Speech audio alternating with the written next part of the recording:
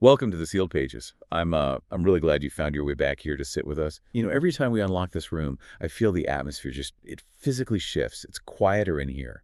The noise of the feeds, the alerts, the constant stream of breaking news, it all just stops at the door. That is the design, isn't it? We created the space not to escape reality, but to actually look at it without the strobe lights, to to sit with literature that demands a completely different kind of attention from you. Exactly. And today we have something that demands not just attention, but a certain kind of courage. We're looking at a new work, but before we break the seal on the manuscript, we have to acknowledge the ground we're standing on. We've spent months exploring the constellation of Feroz Anka's thought. And I call it a constellation because looking back at his 8 earlier works, they don't feel like a linear history. They feel like a map of a single, expanding consciousness. It's a living organism of thought, absolutely. Yeah. If you trace the trajectory, you see a movement from the external world into the very deepest recesses of the interior. Let's walk through that landscape briefly, just to orient ourselves. Think about where we start with Lines of the Void. That book is a poetic philosophical journey that asks whether we inhabit reality or just our own maps. Right. It's the foundational question. Are we touching the world or just the grid we placed over it? And from that structural question, Anka moves to Paths to Myself, which operates as a quiet guide moving from borrowed voices towards solitude and inner harmony. That's the pivot inward, the realization that the noise isn't just outside, it's actually in the scripts we recite. Then comes What Remains Within, which feels like a collection of prose poems on unsaid words, grief, and a faith that somehow survives in ruins. The tone shifts there, I think. It becomes more fragile, much more human. He expands that fragility in The Geography of Truth, a contemplative atlas where wounded geographies mirror the human heart. I love that one. That idea that a landscape can carry a scar just like a person can. And then The Critique of the Now. What Remains of Humanity in Modern Times is a fragmented reflection on the spiritual erosion of the modern age amid noise and speed.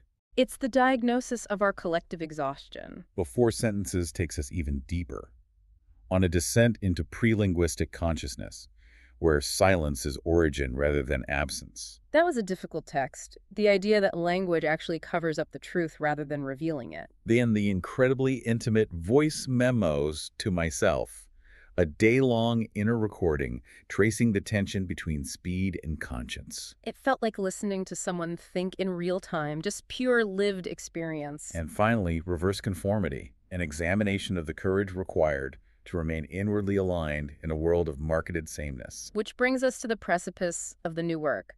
You can see Feroz Anka, this figure who moves between the hyperstructured world of complex IT systems and the unstructured absolute silence of the Swiss mountains. He is constantly seeking to illuminate what remains human beneath all this noise. And that search has led us to the text on the table today, the Dictionary of Self-Extinguished Concepts, where meaning was buried alive. The title alone, it feels like a weight. It does. It sounds so final. The central inquiry here is hauntingly precise. When we lose a word, what in us collapses? We need to clarify the form immediately, because dictionary is a bit of a misnomer, or perhaps an ironic trap. This isn't a book that defines words. Anka calls it a conceptual necrology. A necrology, literally a list of the dead. Precisely. It maps not what words mean, but how they died. How they were suffocated by excess, hollowed out by misuse, or simply exhausted by the sheer speed of our lives. It's a forensic report. Before we open the report, let's look at the object itself. I want you to visualize this. It's not glossy. It doesn't scream for your attention from a shelf. The cover is this warm parchment beige, textured like aged paper. It's matte, softly grainy. It feels archival before you even touch it. And the centerpiece is unavoidable. It's a large sculptural letter, A carved from pale marble. It has this monumental presence, like a tombstone or a temple column. But if you look closely, you see the subtle veining, the slight imperfections in the stone. And at the base... The erosion. There are small letter fragments falling off the base of the A. It's not exploding, it's just crumbling. It suggests quiet erosion rather than dramatic destruction. That is the key visual metaphor for the entire text. Meaning, doesn't explode, it roads. The palette is so restrained. Stone gray for the A, muted burgundy for the subtitle. It's minimal, it feels spacious. It's a visual invitation to silence. So let's accept that invitation. Let's enter the text. The introduction is titled Silent Ceremony. Anka sets the scene immediately. We are in a metaphorical morgue, or perhaps a cemetery. But we haven't gathered to mourn. We are here to examine. The premise is stark. meaning did not die naturally. Words didn't just drift away into old age. We repeated them too often and we buried them in the wrong places. There's this incredible image he uses right at the start, writing the word love on the cold glass of a morgue drawer. When the mist from your warm finger fades, the body inside remains silent. That stopped me cold when I read it. It captures the terrifying gap between the symbol and the reality. We write the word love, but the reality behind it is cold and unresponsive. It really captures that transition from speaking a word to carrying it. He writes, "We tied 1,000 intentions to a single word and snapped the threads." That feels like the thesis statement of the whole book. It is. Think about a thread-bearing weight. If you hang too much on it, too many demands, too many lies, too many sales pitches, the thread snaps. The word is still there, sounding exactly the same, but it's disconnected from its meaning. So this is an autopsy. We're going to look at the bodies. Let's begin with Chapter 1, Those Who Died of Overuse. The theme here is inflation. The argument is that repetition steals the oxygen of meaning. The crime isn't that these words were forbidden. The crime is that they were circulated until they became worthless, like printing too much money. And the first casualty on the table is love, cause of death, degeneration, through excessive repetition. This is a hard one to face. We all want to believe our concept of love is intact. But Anka talks about the social mold. What does he mean by that? Social mold. He describes how society narrows life into a reasonable human measure. We try to fit love, which should be wild, terrifying, expansive, into a polite, manageable box. But the phrase that really struck me, the one I can't get out of my head, is the imagery of chewing a word until only teeth marks remain. That is so visceral, it's almost gross. It is. It suggests consumption. We haven't lived the word, we've eaten it. We've chewed on love in pop songs, in movies, in casual conversation like, I love this pizza, I love your shoes, until the texture is entirely gone. It's just a piece of gum that lost its flavor a decade ago. He also talks about the shift from intimacy to breaking the door. This felt like a direct comment on how we relate to each other now. We think intimacy means knowing everything about someone instantly. Right. We think intimacy is access, total data access to another human being. But Anka argues that true intimacy is standing at the threshold. It's about leaving space. He says love is the art of leaving space. If you break down the door, you remove the mystery. If you remove the threshold, you remove the breath. You suffocate it. Okay, the next body on the table is truth. Cause of death, claimed by everyone. This is the one that feels most dangerous right now. It's the transition from truth as a responsibility, something heavy you have to carry, to truth as a possession, my truth. My truth. It sounds so empowering, doesn't it? But Anka dissects it mercilessly. He says when truth becomes a possession, it stops informing us and starts signaling allegiance. It becomes a flag we wave. I am right. Versus the humility of I am in need. Exactly. If I possess the truth, I don't need you. I don't need to listen. I just need to conquer. But if truth is something outside of me, something I'm trying to serve, then I have to be humble. I have to admit I am in need of perspective. It changes the posture completely, from a warrior to a pilgrim. Next, we have freedom, cause of death, poisoned by a marketing campaign. This section analyzes the campaign tunnel. It's design disguised as choice. I feel this in the cereal aisle. I feel this scrolling through streaming services. I have 10,000 options, so I must be free, right? But Anka calls it the revolving door.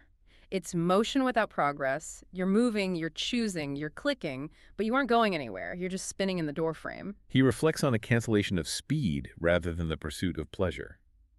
That's a tricky concept. Unpack that for me. We usually think freedom is the ability to go faster, to get what we want right now. But Anka suggests that real freedom in the modern age is the ability to stop, to step out of the stream. If you can't stop, you aren't free. You're just a projectile.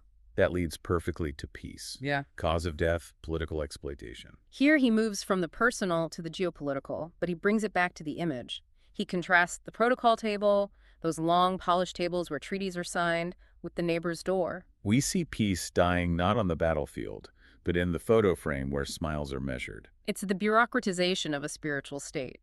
We've turned peace into a lack of gunfire or a signed document. But Anka argues peace is a living, vibrating state between people. When it becomes a photo op, the word dies. It becomes a caption. He ends this chapter with an interlude called The Hospital Record Ledger. He mentions a language hospital. I love this concept. The prescription for these inflated words is a silent interval. We need to lower the fever of the word. We need to stop using them, just for a while. If a word is sick from overuse, the only cure is silence. We have to fast from the word love so it can recover its weight. That requires so much discipline. Moving on to Chapter 2, Victims of Semantic Drift. This is about displacement. These words didn't die from being used too much, but from moving to the wrong neighborhood. They migrated from ethics to the market, from the soul to the screen. The first case study here is value, cause of death, financial contagion. This one feels almost invisible because we're so used to it. The shift from value, which is about holding a place or carrying weight, to price, which is about making noise and exchange. Think about the word value in an architectural sense or a moral sense. He has values. This pillar has structural value. It means it holds something up.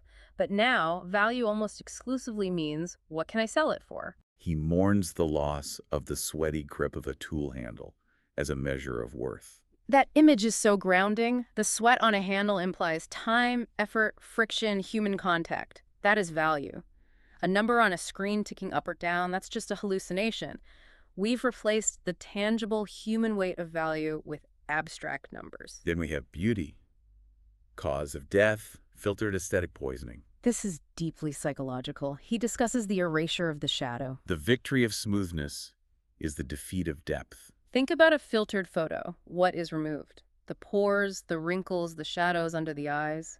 Anka calls this the loss of memory's handwriting. That is beautiful and tragic. Texture is the handwriting of memory. If you erase the texture, the smile line that came from laughing at your sister's wedding, the ring of sleeplessness from nursing a child, you erase the history of the human being. You turn a face into a surface. And a surface has no depth. It has no story. And then he groups soul and wisdom together. Cause of death, spiritual industry trauma, or motivational content. The package purification. We see this everywhere. The bite-sized wisdom, the 15-second spiritual lesson. He highlights the difference between inspiration, which is a flame, and a lesson, which is an ember or ash. We want the flame because it excites us, it looks good, it feels hot. But the lesson, the real lesson, is in the ash. It's in the residue of experience after the fire has completely burned out. You can't package the ash, you have to sit in it. Then, loneliness, cause of death, corruption by romanticization. The me and me post, we've all seen it. The aesthetic photo of a coffee cup in an empty room. Anka notes that loneliness, biologically and spiritually, is a signal.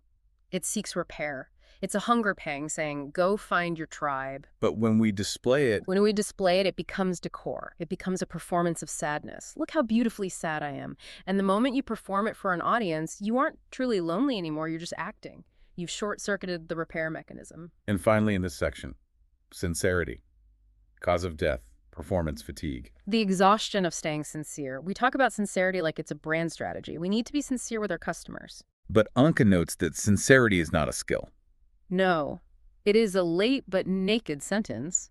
Sincerity isn't something you craft. It's what happens when you're too tired to lie anymore. It's what happens when the performance collapses. It's the naked sentence that falls out of your mouth when you stop trying to control the narrative. Chapter 3 shifts the tone significantly. Those who died by being forgotten. These are the quiet deaths. Neglect. These words weren't murdered. They expired because no one practiced them. These are the quiet virtues. The ones that don't get likes. Compassion, cause of death, not being used. He uses the image of the drawer of unopened bandages. We have the capacity for compassion, we have the bandages, but we never open the drawer. And the priority seat metaphor. This really clarified it for me. We count the empty seat as a virtue. We say, look, I didn't sit there, I'm a good person, rather than actually giving the seat to a person in need. It's passive virtue versus active engagement. We think compassion is feeling bad for someone. But Anka insists compassion is an action. It's the hand moving. If the hand doesn't move, the word is dead. Then humility. Cause of death, being forgotten. The loss of height adjustment. We've lost the ability to make ourselves smaller. Anka discusses the master carving his name in the shadow of the bench. Think about that. The craftsman puts his signature where no one will see it unless they turn the bench over. He's not hiding. He's just prioritizing the work over the ego. It's about being invisible so the work can be seen. Today, we sign the front of the bench in neon. Faithfulness, cause of death, expiration of time. This is crucial. We tend to think of faithfulness as a feeling. I feel faithful to you. But Anka says faithfulness is appearing on time. It is the clock of memory. Later multiplies until the bond voids. Exactly. If you say, I'll be there, and you're late again, and you're late again, the bond dissolves. Faithfulness is the discipline of showing up when you said you would. It's not romantic, it's rhythmic. and he pairs decorum and shame, cause of death, out of fashion, and epidemic of thick-skinnedness. He defends decorum fiercely here, and this might rub people the wrong way initially. We think of decorum as stuffy, Victorian repression. But he calls it the seam allowance of society. That's a tailor's term. The seam allowance is the extra fabric inside the dress that holds the garment together so it doesn't rip when you move. Decorum, politeness, small formalities, that's the extra fabric. It stops us from tearing each other apart when we disagree. And shame. We usually see shame as toxic. Toxic shame is bad, yes. But Anka is talking about shame as an inner thermometer or brake light. It protects inner warmth. If you cannot blush, if you cannot feel that heat of, oops, I shouldn't have done that, then you have no boundaries.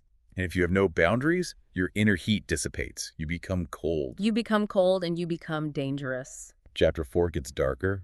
The deliberately killed. This is the weaponization of language. This isn't neglect. This is murder. This is where words are hollowed out to hide a knife. The first victim is the people. Cause of death, exploitation syndrome. We hear this every day. The American people, the British people, the will of the people. Anka contrasts the microphone shouting the people with the hand extending a grocery bag with a logo. The people becomes a hollow bowl shaped by whoever holds it. It ceases to be a living community of diverse, contradictory individuals and becomes a rhetorical device, a cudgel to hit your opponents with. I speak for the people usually means I speak for myself, and I'm using you as a shield. Then morality. Cause of death, misuse. He notes that morality is a caustic liquid. Like bleach. Like industrial bleach. If you apply it inward to scrub your own floor, your own soul, it cleans, it heals. But if you spray it outward at others, it burns, it blinds. We've turned morality into a weapon to burn our neighbors rather than a tool to clean our own house. Promise and trust. Cause of death, political inflation, and exploitation disguised as goodwill. Issuing currency without backing. Every time a leader or a corporation or a friend makes a promise they know they can't keep, they're printing counterfeit money. Eventually, the whole economy of trust collapses. Trust dies not by betrayal, but by the patience of self-interest, the safety margin of boundaries. We stopped trusting because we realized everyone was just calculating their own safety margin. And dignity, cause of death, the lynching economy. This describes the square versus the corridor. Explain that. The corridor is where you walk alone, or with a few people. It's transit. The square is where the execution happens. The lynching economy profits from dragging a person from the corridor to the square, estranging them from themselves so they can be consumed, as an example. It's the destruction of the private self for public consumption. We strip them of dignity so we can feel righteous. And we make money off the tickets to the show. Finally, in this section, the press, witness, and knowledge. Cause of death, ratings pressure, propaganda, and the information smoke bomb. The information smoke bomb is a brilliant concept. We used to think truth was hidden by darkness, by censorship, by burning books. Now truth is hidden by too much light. By a data flood, if I want to hide a leaf, I don't lock it in a box, I hide it in a forest. If I want to hide the truth, I flood you with a million conflicting facts until you just give up. The death of Issaw replaced by... everyone knows. And the live crime scene. Witnessing has become spectating. We watch the destruction of meaning live on our phones, and we think because we are watching we are innocent, I'm just a witness. But Anka argues that in this economy, watching is participating. We are complicit in the spectacle.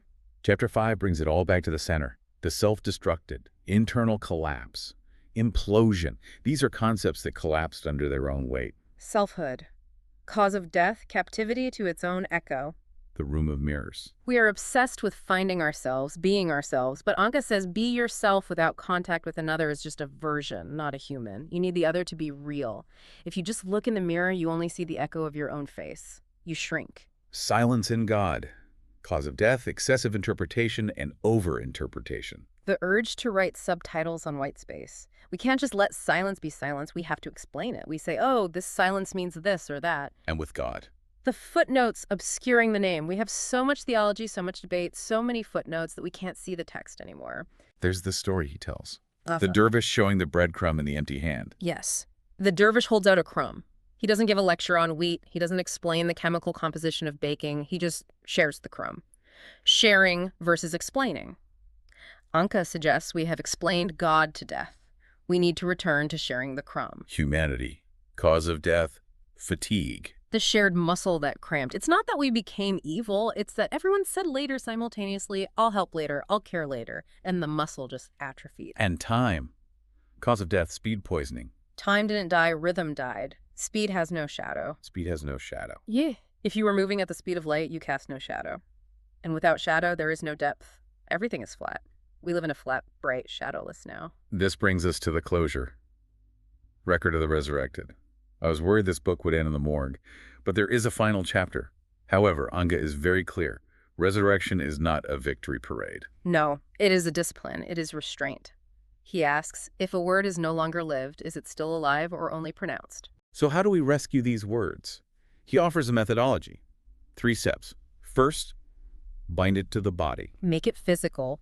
If you want to resurrect the word charity, don't tweet about it. Give away a coat. If it's bread, divide it. If it's a door, open it. Take the word out of the mouth and put it in the hands. Second, bind it to time. Today, here, for this person, not one day I will be good.